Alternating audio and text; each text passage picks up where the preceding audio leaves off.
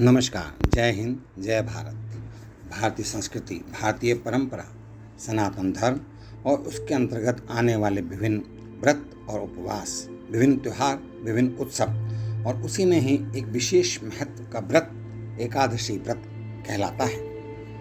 आज मैं बात करूंगा श्री मोहिनी एकादशी व्रत के बारे में, जो कि वैशाख मास के शुक्ल पक्ष की एकादशी तिथि के दिन होती है। श्री मोहिनी एकादशी व्रत की क्या महत्ता है, क्या कथा है, क्या इतिहास है और उसका व्रत मोहिनी एकादशी व्रत रखने से क्या लाभ होता है, क्या पुण्य होता है, इसके संबंध में मैं आपको विस्तार से बताऊंगा। वैशाख मास के शुक्ल पक्ष की एकादशी को मोहिनी एकादशी कहते हैं। इसका व्रत आपको जरूर रखना चाहिए। मोहिनी एकादशी व्रत से अनेक जन्मों के मेरू पर्वत जैसे महापापों का भी नाश हो जाता है। मोहिनी एकादशी नाम कैसे पड़ा, इसके संबंध में भी मैं आपके समक्ष कुछ तथ्य रखना चाहता हूँ। मान्यता है कि वैशाख मास के शुक्ल पक्ष की एकादशी के दिन ही भगवान श्री विष्णु ने मोहिनी स्त्री का रूप धारण किया था। भगवान विष्णु ने समुद्र मंथन के दौरान प्राप्त हुए अमृत को देवताओं में वितरित करने के लिए मोहिनी स्त्री का रूप धारण किया था। कहा जाता है कि जब समुद्र मंथन हुआ तो अमृत प्राप्ति के बाद देवताओं व असुरों में आपाधापी मच गई थी। क्योंकि ताकत के बल पर देवता असुरों को हरा नहीं सकते थे, इसलिए चालाकी से भगवान श्री विष्णु ने मोहिनी स्त्री का रूप धारण करके असुरों को अपने मोह पाश में बांध लिया और सारे अमृत का पान देवताओं को करवा दिया, जिससे देवताओं ने अमरता प्राप्त कर ली।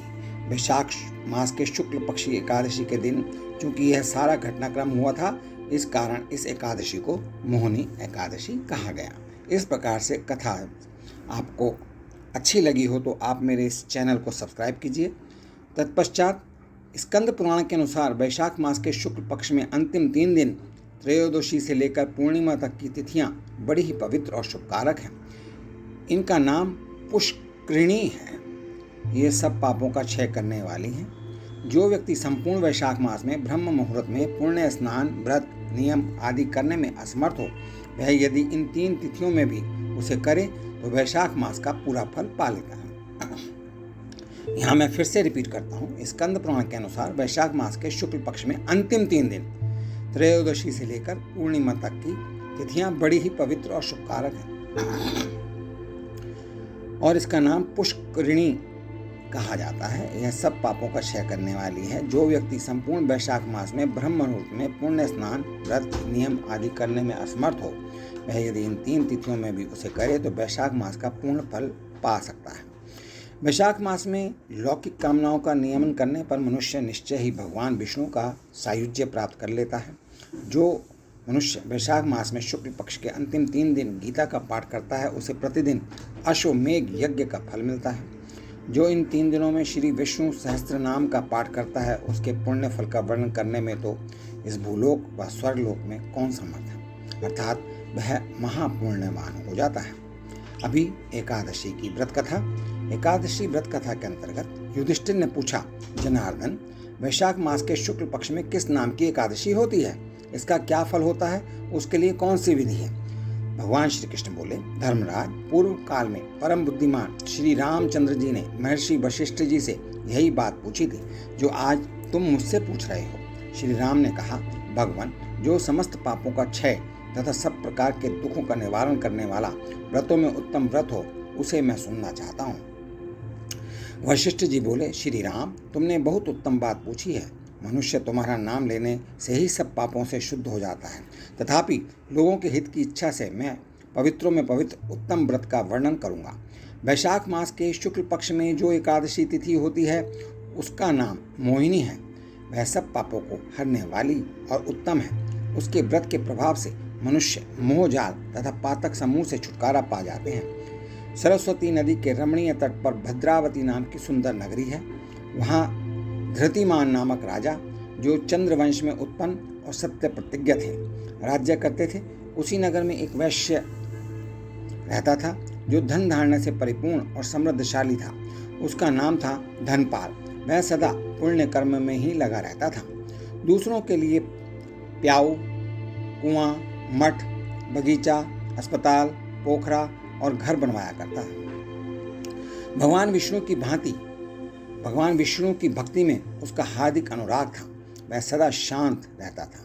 उसके 5 पुत्र थे, सुमना, धूतिमान, मेघावी, सुकृत तथा धृष्टबुद्धि। धृष्टबुद्धि 5वां था। वह सदा बड़े पापों में ही संलग्न रहता था। जुए में और अलग अलग तरीके के शौक में, दुर्व्यसनियों में उसकी बड़ी आसक्ति थी, बड़ा प्रेम था। वह वेश्याओं से मिलने के लिए लालायित रहता था। उसकी बुद्धि ना तो देवताओं के पूजन में लगती थी और न पितरों तथा ब्राह्मणों के सत्कार में। वह दुष्टात्मा अन्याय के मार्ग पर चलकर पिता का धन बर्बाद किया करता था। एक दिन वह वैश्य के गले में बाँह डाले चौराहे पर घूमता देखा गया। तब पिता ने उसे घर से निकाल दिया तथा बंधु बांधवों ने भी उसका परित्याग कर दिया। अब वह दिन रात दुख और शोक में डूबा तथा कष्ट पर कष्ट उठाता हुआ इधर उधर भटकने लगा। एक दिन किसी पुण्य के उदय होने से वह महर्षि कौंडिन्य के आश्रम पर जा पहुंचा। वैशाख का महीना था। तपोधन कौंडिन्य गंगा जी में स्नान करके आए थे।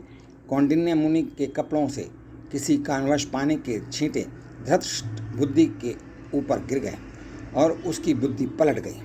धृष्ट बुद्धि शोक के भार से पीड़ित हो मुनिवर कौंडिन्य के पास गया और हाथ जोड़कर सामने खड़ा होकर बोला, ब्राह्मण द्विजश्रेष्ठ, मुझ पर दया करके कोई ऐसा व्रत बताइए जिसके पुण्य के प्रभाव से मेरी मुक्ति हो जाए।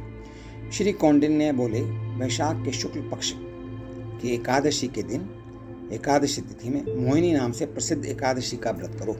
मोहिनी को उपवास करने पर प्राणियों में के अनेक जन्मों के किए हुए मेरु पर्वत जैसे महापाप भी नष्ट हो जाते हैं। वशिष्ठ जी ने कहते हैं, श्री रामचंद्र जी, मुनि का यह वचन सुनकर धृष्ट बुद्धि का चित्त प्रसन्न हो गया। उसने कौंडिन्य ऋषि के उपदेश से विधि पूर्वक मोहिनी एकादशी का व्रत किया। नृपश्रेष्ठ, इस व्रत के करने से वह निष्पाप हो गया और दिव्य देह धारण कर गरुड़ पर आरूढ़ हो सब प्रकार के उपद्रवों से रहित श्री विष्णु धाम को चला गया। इस प्रकार यह मोहिनी का व्रत बहुत उत्तम है। इसके पढ़ने और सुनने से सहस्त्र गोदान का फल मिलता है।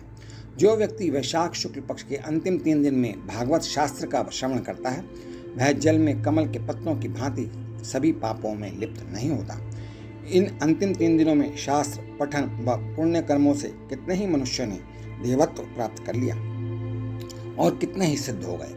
अतः वैशाख के अंतिम 3 दिन में स्नान, दान, पूजन अवश्य करना चाहिए। श्री पद्म पुराण के अनुसार एकादशी के दिन यदि एक ही आंवला मिल जाए तो उसके सामने गंगा, गया, काशी और पुष्कर आदि तीर्थ कोई विशेष महत्व नहीं रखते। एकादशी के दिन आंवले के रस से स्नान जरूर करें।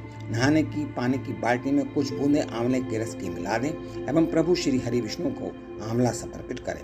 आंवले के रस की बोतल पतंजलि आयुर्वेदिक स्टोर से भी ले सकते हैं या अन्य आयुर्वेदिक स्टोर पर भी आपको मिल सकती है, या प्राकृतिक रूप से मार्केट में, बाजार में से आंवला लेकर के भी आप उसका रस बना सकते हैं। और एक विशेष बात, एकादशी के पूरे दिन एवं रात्रि में जागरण के लिए जहाँ तक संभव हो वहाँ तक टीवी चैनल पर प्रसारित होने वाली सभी धार्मिक आध्यात्मिक चैनल जैसे कि आस्था टीवी, गुजराती चैनल, संस्कार चैनल, सत्संग चैनल, शुभ चैनल, धर्म संदेश अरिहंत चैनल, साधना चैनल, संतवाणी चैनल, ईश्वर चैनल, दिशा चैनल, श्रद्धा चैनल, वैदिक चैनल, दिव्य चैनल, शुभारती चैनल वगैरह वगैरह विविध प्रकार की सभी स्वदेशी चैनल जो कि पूरे दिन और रात्रि में यानी कि 24 घंटे आरती, भजन, कीर्तन, श्री हनुमान चालीसा, श्री सुंदरकांड, श्री मद भागवत कथा, श्री शिव महापुराण कथा, श्री राम कथा, श्री देवी भागवत कथा, श्री गीता ज्ञान, श्री भक्तमाल कथा जो कि कई सालों से निरंतर प्रसारित करती है। हम यही सभी धार्मिक चैनलों के साथ जुड़कर रात्रि जागरण के लिए या फिर अपने समय के अनुकूल कभी भी सभी धार्मिक चैनलों के साथ जुड़ करके भक्ति में लीन हो सकते हैं। मेरा आप सभी से निवेदन यही है कि सभी सनातन धर्म प्रेमी हमारी स्वदेशी धार्मिक चैनलों का उपयोग अवश्य करें और भाव भक्ति में लीन हो जाएं और बाकी लोगों को भी ज़्यादा से ज़्यादा जोड़ें। अब आपके समक्ष एकादशी मंत्र प्रस्तुत है। श्री राम रामेति रामेति रमे रामे मनोरमे सहस्त्रनाम तत्तुल्यम राम नाम वरानने। मैं फिर से रिपीट करता हूँ। श्री राम रामेति रामेति रमे रामे मनोरमे सहस्त्रनाम तत्तुल्यम राम नाम वरानने। एक बार पुनः। श्री राम रामेति रामेति रमे रामे मनोरमे सहस्त्रनाम तत्तुल्यम राम नाम वरानने। एकादशी के दिन इस मंत्र का जाप करने से श्री विष्णु सहस्त्र नाम जप के समान पुण्य फल प्राप्त होता है। ओम श्री हरि शरणम। मोहिनी, अपरा, निर्जला, योगिनी, देवशयनी, कामिका, पवित्रा, अजा, परिवर्तनी, इंदिरा, पापाकुंशा, रमा, देव प्रबोधिनी, उत्पत्ति, मोक्षदा, सफला, पुत्रदा, षटतिला, जया, विजया, आमलकी, पापमोचनी, कामदा, भरूथिनी, कमला, पद्मिनी, परमा, ये सब एकादशी के 26 नामों के स्मरण से भी सभी एकादशियों के व्रत करने का पुण्य प्राप्त होता है। मैं आपके समक्ष इन 26 नामों को पुनः स्मरण करना चाहूँगा। एकादशी के नाम मोहिनी, अपरा, निर्जला, योगिनी, देवशयनी, कामिका, पवित्रा, अजा, परिवर्तनी, इंदिरा, पापांकुंशा, रमा, देव प्रबोधिनी, उत्पत्ति, मोक्षदा, सफला, पुत्रदा, षटतिला, जया, विजया, आमलकी, पापमोचनी, कामदा, भरुथिनी, कमला यानी कि पद्मिनी, परमा, ये सब एकादशी के 26 एकादशियों के नाम हैं। इनका स्मरण करने से भी एकादशियों के व्रत करने का पुण्य प्राप्त होता है। कलयुग केवल नाम आधारा, सुमिर सुमिर नर उतर ही पारा। अर्थात कलयुग में केवल नाम मात्र से ही भवसागर को पार किया जा सकता है। यह कलयुग की बहुत बड़ी विशेषता है। नाम संकीर्तन यस्य सर्व पाप प्रणाशनम प्रणामो दुख शमनस्तम नमामि हरिम परम। एकादशी के दिन इनमें से किसी भी मंत्र का 108वां जाप अवश्य करें। या तो ओम विष्णवे नमः, ओम विष्णवे नमः, ओम विष्णवे नमः। उसके अतिरिक्त ओम नमो भगवते वासुदेवाय, ओम नमो भगवते वासुदेवाय, ओम नमो भगवते वासुदेवाय। नेक्स्ट, श्री कृष्ण गोविंद हरे मुरारी हे नाथ नारायण वासुदेवाय। श्री कृष्ण गोविंद हरे मुरारी हे नाथ नारायण वासुदेवाय। श्री कृष्ण गोविंद हरे मुरारी हे नाथ नारायण वासुदेवाय। तत्पश्चात एक और मंत्र, ओम नारायणं विद्महे वासुदेवाय धीमहि तन्नो विष्णु प्रचोदयात्। ओम नारायणाय विद्महे वासुदेवाय धीमहि तन्नो विष्णु प्रचोदयात्। ओम नारायणाय विद्महे वासुदेवाय धीमहि तन्नो विष्णु प्रचोदयात्। फिर एक मंत्र और है, ओम नमो नारायण श्रीमन नारायण नारायण हरि हरि। ओम नमो नारायण श्रीमन नारायण नारायण हरि हरि। ओम नमो नारायण श्रीमन नारायण नारायण हरि हरि। और सबसे विशेष मंत्र, हरे राम राम राम हरे हरे, हरे कृष्ण कृष्ण कृष्ण हरे हरे। तो इन मंत्रों का जाप करके भी आप एकादशी के पुण्य को प्राप्त कर सकते हैं, एकादशी के व्रत के लाभ प्राप्त कर सकते हैं।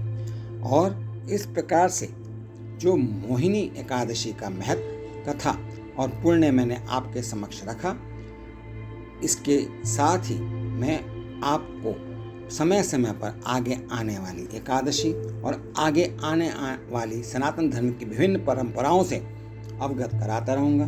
यदि आपको मेरा ये चैनल अच्छा लगा तो आप प्लीज़ मेरे चैनल को सब्सक्राइब कीजिए। इससे मेरे को प्रेरणा मिलेगी और मैं और अच्छी रचनाएं आपके समक्ष प्रस्तुत करता रहूँगा। इन्हीं शब्दों के साथ मैं आप सभी परिवारजनों के लिए हार्दिक मंगल कामनाएं, हार्दिक शुभकामनाएं प्रस्तुत करता हूं। भगवान से प्रार्थना करता हूं आप सदैव सुखी रहें, स्वस्थ रहें। इन्हीं शब्दों के साथ आपका बहुत बहुत धन्यवाद। ओम नमो नारायणाय। नमस्कार। जय हिंद, जय भारत।